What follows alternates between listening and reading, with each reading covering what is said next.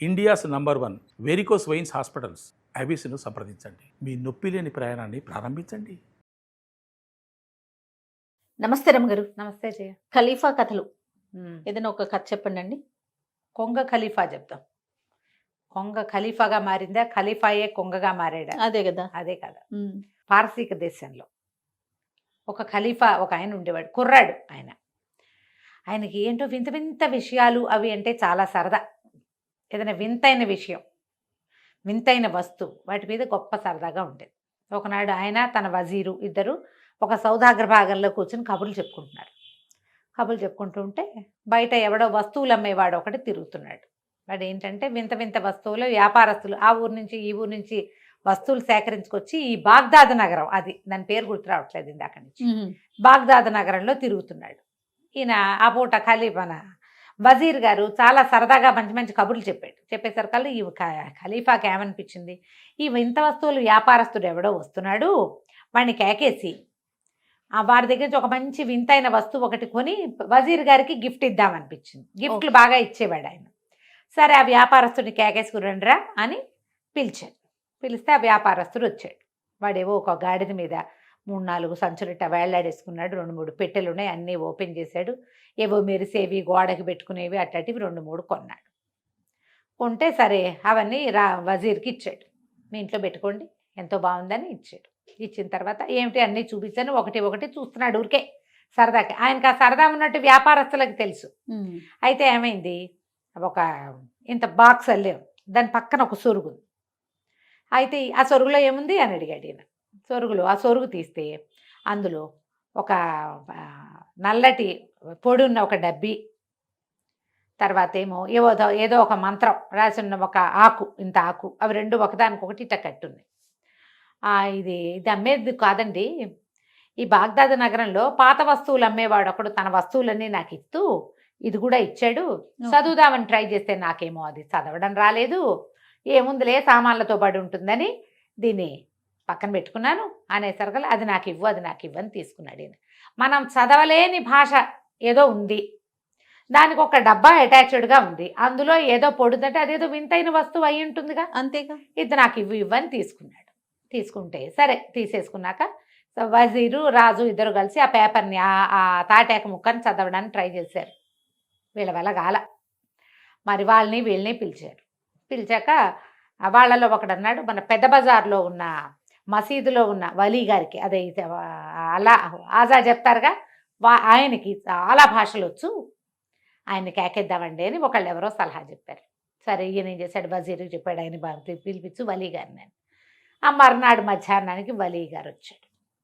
వచ్చాక అది తీసాడు, కాగితం చూపించారు, ఆ చెక్క ముక్కని, ఆకు ముక్కని. ఆయన అదంతా చూసి ఇది హూణ భాషలో ఉందండి అన్నాడు. నీకు వచ్చా అంటే నాకు వచ్చు అన్నాడు. చదవమంటే మరి ఈ నల్లటి డబ్బీలో ఉన్న పొడి ఏదైతే ఉందో ఆ పొడిని పీల్చి ముతబోర్ అంటే ఇలా అంటే వాళ్ళు ఏ పక్షిగా కావాలంటే ఆ పక్షిగా మారిపోతారు. ఓహో. అప్పుడు అన్ని ప్రాణుల భాష వాళ్ళకి అర్థమవుతుంది, వాళ్ళు ఏం మాట్లాడుకుంటున్నాయో వీళ్ళకి తెలిసిపోతుంది. ఒకే ఒక్క రూలు, దానికి మళ్ళీ ఏం చేయాలి, మళ్ళీ ఆ ముతబోర్ అంటే మామూలుగా అయిపోతారు వీళ్ళు. ఈ ప్రాణులుగా ఉన్నప్పుడు ఏ పక్షిగా మారారో ఆ పక్షిగా ఉన్నప్పుడు వీళ్ళు నవ్వకూడదు. ఓహో. నవ్వితే ఈ పదం మర్చిపోతారు వాళ్ళు, ఇక మారలేరు. అది రూల్. ఈ ముతబోర్ అనేది ఏమిటో విచిత్రంగా ఉంది. వీళ్ళు ఆ దేశం వాళ్ళు ఉర్దూ అవి మాట్లాడతారు, అరబిక్ అవి మాట్లాడతారు. ఈ ముతబోర్ అనేది హూణ భాషలో పదం. మంత్రం అనుకో, ఇప్పుడు మంత్రం ఉంది, ఓ శ్లోకమైనా మనం 100 సార్లు చదివితే కానీ అది నోటికి రాదు. ఓ రోజు మర్చిపోయామనుకో, తన్నుకు తెచ్చినా అది మనకు గుర్తురాదు, మళ్ళీ చూస్తే కానీ. అంతేగా. వీళ్ళు సరే ఇదేదో హాయ్ భలే బాగుంది సరేనని ఆ వలీ గారిని పంపించి, తేవండి ఈ మాట ఎవరికి చెప్పద్దు, రహస్యంగా ఒట్టేయండి అని ఆయనతో ఖురాన్ మీద ఒట్టు కూడా వేయించుకుని ఓ 100 నాణ్యాలు ఇచ్చి ఆయన పంపేశారు. పంపేశాక ఇక సరదా పుట్టేసింది. రాజు కుర్రాడు కదా, మరి ఏదైనా ఒక జీవిగా మారిపోయి, ఒక పక్షిగా మారిపోయి మనం మిగిలిన పక్షులు, జీవులు, కప్పలు, మిడతలు ఏం మాట్లాడుకుంటున్నాయో వినాలని పుట్టింది.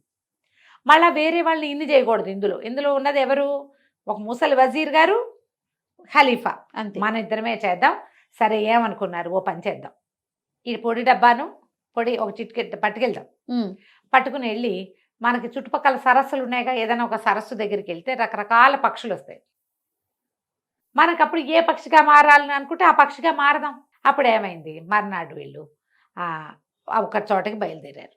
వెళ్తే ఒక పెద్ద సరస్సు. ఆ సరస్సులో అటు ఇటు చూస్తే ఎన్నో రకాల జీవజాలాలు కనపడుతున్నాయి. కానీ వీళ్ళకి ఇంట్రెస్టింగ్గా అనిపించింది ఏం కనపడలేదు. ఇంతలో ఏమైంది, ఆకాశం నుంచి ఒక కొంగ ఎగురుకుంటూ వస్తాం, కింద ఒక కొంగ నుంచి. అప్పుడు ఎప్పుడు వీళ్ళిద్దరు దాన్నే అబ్జర్వ్ చేస్తుంటే తెలిసింది, ఈ కిందున్న కొంగ ఆ పైన వస్తున్న కొంగకి వెల్కమింగ్గా ఏదో అంటోందని అర్థమైంది. బాగా అర్థం కాదు, వీళ్ళకి అనిపించింది. ఆ పైన ఉండేది కిందకి దిగింది. అప్పుడు వీళ్ళు అనుకున్నారు, అది కరెక్ట్, కొంగల్లాగా మారిపోదాం. వీళ్ళేం మాట్లాడుకుంటున్నారో మనకు తెలుస్తుంది. ఈ రెండు కొంగలు ఏం మాట్లాడుకుంటాయి? ప్రతి వాళ్ళకి ఇలాంటి ఒక క్యూరియాసిటీ ఉంటుంది. మనకి ఎలా ఉంటుందంటే, వాళ్ళిద్దరు ఎవరైనా ఇద్దరు అక్కడ నుంచి మాట్లాడుతుంటే వాళ్ళు ఏం మాట్లాడుతున్నారా అనిపిస్తుంది. వీళ్ళకి పక్షుల మీద పుట్టింది. సరే ఏం చేశారు, ఈ ఆ డబ్బీలో నుంచి కొంచెం పొడిని తెచ్చుకుని ఇతను దట్టిలో పెట్టుకొచ్చాడు రాజు. అది చెరుకో చిటికడు తీసుకుని పిలిచి మూతబోర్ అన్నారు. అనగానే రెండు కొంగల్లాగా మారిపోయారు. ఒక పడుచు కొంగ, ఒక ముసలి కొంగ. వీళ్ళిద్దరు పోయి ఆ రెండు కొంగలు ఉన్న దగ్గర నుంచున్నారు. వింటం కోసమే. అలాంటి పిచ్చి వాళ్ళు లేరా ఇప్పుడు? గారు వెళ్ళి అక్కడ నుంచుంటే ఆ కొంగలు రెండు మాట్లాడుకుంటున్నాయి. పలహారం చేసావా, నీకోసం కూడా 2 చేపలు ఉంచమంటావా అని కింద ఉన్న కొంగ అడుగుతోంది. పైన ఉన్న కొంగ అంటుంది, పలహారానికి ఏం లేదు, నిన్ననే తిన్నాను, ఇవాళ నాకు పలహారం లేకపోయినా పర్వాలేదు అని చెప్పింది. అవి వీళ్ళిద్దరూ సంభాషణ వింటున్నారు. మధ్యలో సరదాగా కూడా ఉంది. ఇంతకీ ఏమంది, ఓ కొంగ పైనుంచి ఎగిరిన కొంగ చెప్పింది, నేను రేపు అక్కడ ఆస్థానంలో నాట్యం చేయాలి, ఆ నాట్యం చేయడానికి ప్రాక్టీస్ చేయడానికి ఎక్కడా ప్లేస్ లేక ఇక్కడికి వచ్చాను, స్థలం ఉందని బాగా, దానికి మన అభ్యాసం కోసం వచ్చాను అని అదేం చేసింది, కొంగ ఒక కాలు ఎత్తి రెండో కాలుతో ఎగరటం మొదలుపెట్టింది. వీళ్ళిద్దరికి పిచ్చ నవ్వొచ్చింది. కొంగ నాట్యం ఏమైనా బాగుంటుందో, దానికి ఇంత పొడుగు కాళ్ళు పుల్లలాగా కొంగ చెప్ప పైన బాడీ ఉంటుంది, అది ఓ కాలు ఎత్తుతుంది. మనం ఎప్పుడు చూస్తాం ఒక్క కాలు ఎత్తి నుంచున్న కొంగలు కనపడతాయి. వీళ్ళు జపం అనుకుంటున్నాం, ఇది డాన్సా అని వీళ్ళు నవ్వారు. నవ్వేసరికి తట్టింది. అమ్మా నవ్వొచ్చింది. ఇప్పుడు మనిషిలా మాత్రమేలాగా, ఓహో ఏదో నా గుర్తొస్తుంది, అదేమిటో గుర్తురాదు. మంత్రం మర్చిపోయారు. గోవింద మర్చిపోయారు. ఇప్పుడు ఏం చేయాలో తెలియలా. రెండు కొంగలు అటు ఇటు తిరిగినాయి. ఎంతకీ గుర్తురాదు. కొంగ రూపంలో ఉన్నప్పుడు మంత్రం చెప్పగలరు కానీ చదవలేరు. పైగా మంత్రం చదువుదామంటే రాజుగారిగా ఉన్నప్పుడు బట్టల్లో ఉన్న దట్టిలో ఉంది, అది ఇప్పుడు బట్టలు లేవు, దట్టి ఎక్కడ చూస్తారు. ఇద్దరు తెల్ల మహాలు వేసుకుని కొంగ మహాలు వేసుకుని నుంచున్నారు. బాగా ఆలోచించారు, చూద్దాం ఆ స్థానానికి వెళ్తే ఏదైనా దొరుకుతుందేమోనని. ఏదో ఒకటి చేయాలిగా. సరే ఏదైనా తిందాం, ఆకలిస్తుంది. కప్పల్ని చేపల్ని తినడం చేత కావటం లేదు, నచ్చట్లేదు. పళ్ళు తిందామంటే ఇంత పొడుగు ముక్కేసుకుని పళ్ళు గిళ్ళు తినలేరు, ఆకలి మాడిపోతుంది. ఊళ్ళోకి వెళ్ళి చూద్దాం అనుకున్నారు. ఇద్దరు ఎగురుకుంటూ వచ్చారు. ఎగురుకుంటూ వస్తే ఏమైంది, అక్కడ ఒక రోజు గడిచిపోయింది. వీళ్ళు ఇక్కడే పడి ఏడుస్తున్నారు. ఆ ఊరంతా ఏమిటో గానా వజానా నడుస్తుంది. ఎర్రటి దుస్తులు వేసుకున్న వాళ్ళు వెళ్తున్నారు ఊరేగింపుగా. జనరల్గా ఈ ఊరేగింపులు ఎప్పుడు జరుగుతాయి, రాజుగారు ఊరేగింపుకి వచ్చినప్పుడు. మనమేమో ఇక్కడున్న కొంగ వేషంలో. అదే కదా. వీడు ఎవరు వెళ్తున్నారు ఊరేగింపుగా చూసేసరికల్లా ఏమిటి, కొత్త ఖలీఫా మీర్జా గారికి జిందాబాద్ అంటున్నారు. ఇప్పుడు వీళ్ళకి అర్థమైంది, అయ్యో రామా, వాడెవడో మాంత్రికుడు అయి ఉంటాడు, మనకి తెలియదా. ఇవి మనకిచ్చి మన పిచ్చలోకి మనని నెట్టి వాడు రాజు అయిపోయాడు. వాడు ఎట్టా రాజు అయ్యాడో వీళ్ళకి తెలియలా. కొంగ భాషలో ఇవి ఎంత అరిచినా వాడు ఎవరికి అర్థం కాదు కదా. పైగా కొంగలు కనబడితే కొట్టుకు తింటారు జనం. అంతే. పరిగెత్తుకుంటూ ఆస్థానం వైపుకు వెళ్తే రాజుగారు ఊరేగింపుకు వస్తున్నాడు. జలతారు బట్టల్లో, ఎర్రటి బట్టలు వాడును. వీళ్ళకి ఏం చేయాలో తెలియలేదు. ఎట్లా ఈ రూపాలు మారటం అర్థం కాలేదు, ఏం చెయ్యాలో తెలియలే. అయితే ఏం గుర్తొచ్చింది, పూర్వం ఒక మాంత్రికుడు ఒకడు వచ్చాడు పూర్వకాలంలో. వాడు మనకి ఆస్థాన మాంత్రికుడుగా ఉంటానని అదని కొంచెం అడిగాడు కూడా. అప్పుడు సాధ్యపడలేదు. వాడే ఏమైనా ఇది ఎత్తాడేమో అనిపించింది. ఎక్కడ పట్టుకుంటారు వాడిని, ఏం చెయ్యాలి? వ్యాపారస్తుడు అమ్మినవాడు ఎవడో తెలియదు, అమ్మినవాడే మాంత్రికుడు అయి ఉండొచ్చు మొదటిది, లేదా ఆ అమ్మిన వాడిని మాంత్రికుడే పంపించి ఉండొచ్చు. ఏం చెయ్యాలో తెలియలా. ఇక ఎగరటం మొదలుపెట్టారు. ఈ ఖలీఫా అన్నాడు, ఓ పని చేద్దాం, ఈ మాంత్రికుడే ఈ మాయలో ఇరికిచ్చాడు, మనం మహమ్మద్ ప్రవక్త సమాధిని చూద్దాం వెళ్ళి. ఆయన చూస్తే ఈ మర్చిపోయిన పదం ఏంటో మనకు గుర్తొస్తుందేమో.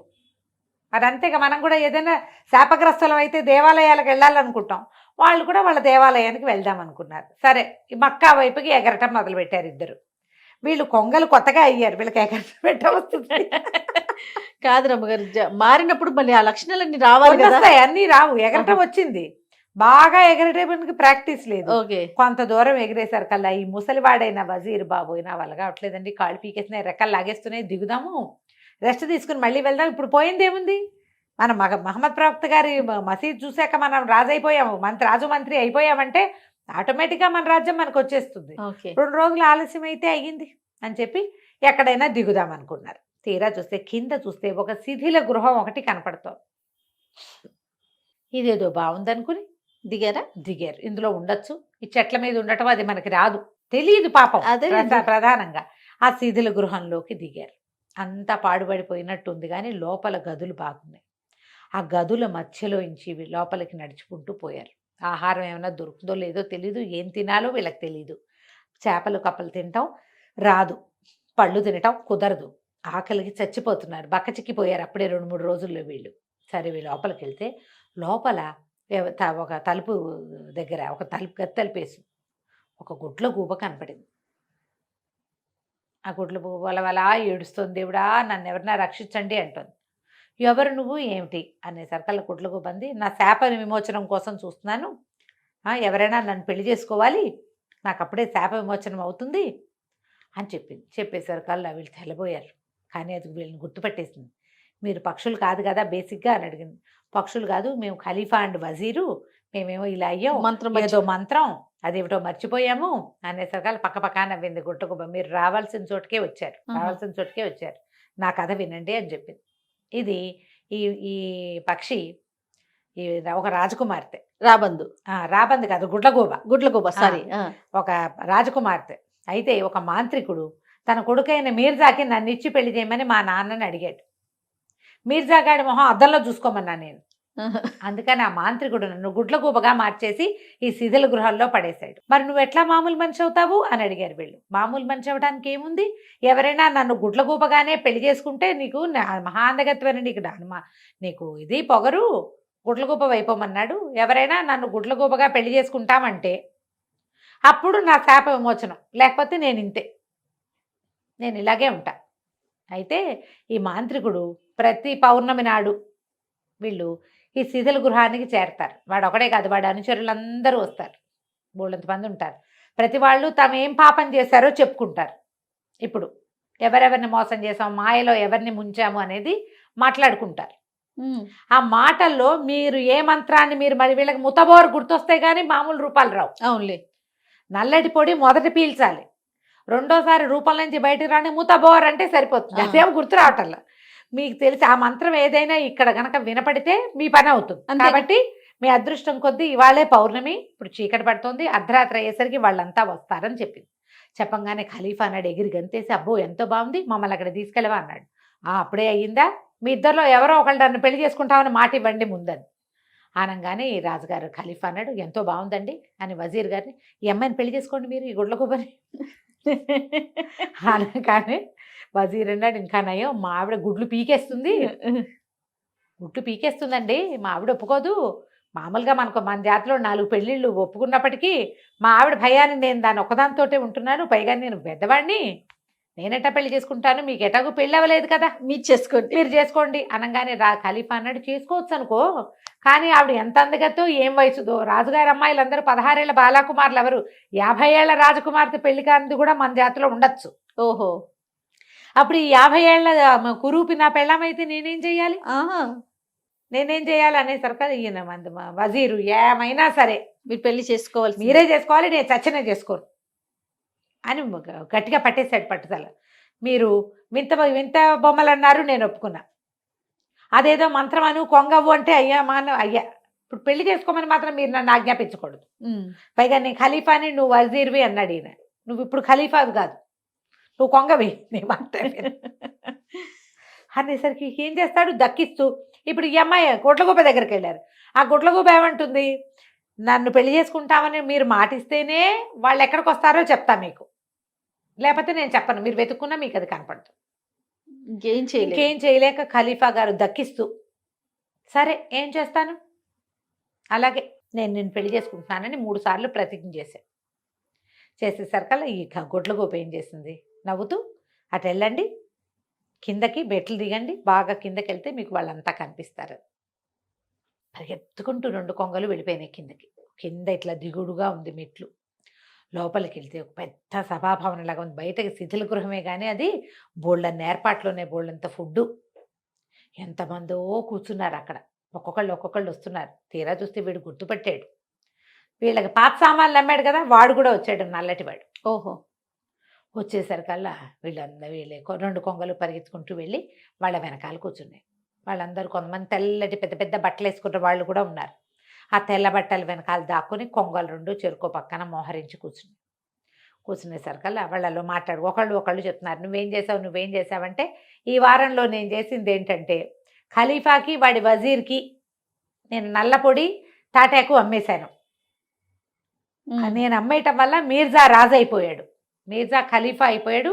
రాజేమో ఏ పక్షిగా మారాడో, వాడి బతుకు ఏమైపోయిందో, వాడికి వెళ్ళిపోయాడు, ఖలీఫా ఇక్కడ లేడు అని చెప్పి, ఏం చెప్పావురా, ఏం భాషలో రాసావురా అని అందరు అడిగారు. అడిగితే ఏముంది, ఆ ఊళ్ళో చదివే వాళ్ళు ఎవరు లేరు, ఓన్లీ పెద్ద మసీదులో ఉన్న వలి ఒక్కడే చదవగలడు, అదొక్కటి హూణ భాషలో రాశాను. ఎవరైతే ఈ నల్లటి పొడి పీల్చి మూతబోర్ అంటారో వాళ్ళు కావలసిన పక్షిగా మారిపోతారని రాశాను. ఆ రాజుగారు అది చదివించుకుని ఉంటాడు, ఆ వలిని తెప్పించి వాడి పని అయిపోయింది అనగానే వీళ్ళకి వెంటనే గుర్తొచ్చేసాం మూతబోర్. ఇద్దరు పరిగెత్తుకుంటూ పైకి వెళ్ళిపోయి ఆ శిథిల భవనంలో నుంచి బయటపడి మూతబోర్ అని గట్టిగా అరిచారు. ఆరవంగానే ఏముంది, ఖలీఫాగాను అమ్మాయి ఈయన వజీర్ గాను మారిపోయారు. మారిపోయేసరికల్లా ఒకళ్ళ మొహాలు ఒకళ్ళు చూసుకున్నారు, బట్టలు చూసుకున్నారు. ఆహా వచ్చేసాం, అమ్మయ్య ఇంకెప్పుడు వింత వస్తువుల జోలికి వెళ్ళకూడదు అనుకుంటూ వెనక్కి తిరిగేసరికల్లా వెనకాల ఒక మహాసౌందర్యవతైన అమ్మాయి ఒకటి నుంచుంది. ఈ అమ్మాయి ఎవరు, ఏ మాయ మంత్రం హడిలు చచ్చారు వీళ్ళు. మళ్ళీ మాంత్రికురాలు వచ్చిందని, నువ్వెవరో మాకు తెలియదు అన్నారు. ఎందుకు తెలీదు, నన్ను పెళ్లి చేసుకుంటానని మాటిచ్చావు కదా. నువ్వు అనగానే ఖలీఫా ఆశ్చర్యపడి, నువ్వే నా గుడ్లగూబ అన్నాడు. నేనే గుడ్లగూబని, పదండి ఇక్కడి నుంచి వెళ్ళిపోదామని చెప్పి ఆ గుడ్లగూబ అమ్మాయిగా మారిపోయిన యువరాణిని చేత్తపుచ్చుకుని వీళ్ళు 3 అక్కడి నుంచి నడిచెళ్ళి ఓ పల్లెటూరు చేరి, అక్కడ ఖలీఫా ఉంగరం ఉంటుంది, ఆ ఉంగరం మొత్తం వాళ్ళ రాజ్యం అంతా చెల్లుతుంది. అక్కడ గ్రామాధికారి అరేంజ్ చేసిన బండెక్కి రాజ్యానికి వెళ్ళిపోయారు, బాగ్దాద్ నగరానికి వెళ్ళిపోయి ఆ మీర్జాని దించేశారు. ఈ యువరాణిని పెళ్లి చేసుకున్నాడు. మీర్జాని శిక్షించలేదు, ఎందుకంటే మీర్జాకి మాంత్రిక శక్తులు లేవు. ఓకే, వాడు మంత్రగాడు కాదు. వాడు నువ్వు ఇవాళ రాజువి అంటే పోయి రాజ్య సింహాసనం ఎక్కాడు అంతే, వాడిని ఏం శిక్షించలే. ఆ మాంత్రికుడు వాళ్ళని మాత్రం అక్కడే వదిలిపెట్టేశారు. అక్కడి నుంచి ఏం చేశారంటే, వింత వస్తువులు అమ్మే వాళ్ళని బాగ్దాద్ నగరంలోకి రానివ్వకూడదు అని డిసైడ్ చేశారు. ఆ తర్వాత ఈ కొంగ ఖలీఫా రాజయ్య మామూలుగా అయిపోయాడు. ఇంకెప్పుడు వింత వస్తువుల జోలికి వెళ్ళకుండా ఉన్నాడు. కథ కంచికి మనం ఇంటికి. భలే ఉంది రమ్మగారు, చాలా బాగుంది. నమస్తే. నమస్తే.